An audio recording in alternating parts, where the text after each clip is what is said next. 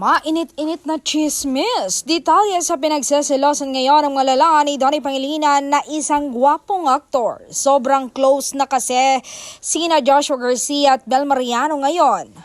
Kaya't magsiselos talaga si Master. Pero wag daw mag-alala si Donnie Pangilinan. Sabi nga ni Josh, alam niya ang bro code at lalo pa may girlfriend naman siya ngayon.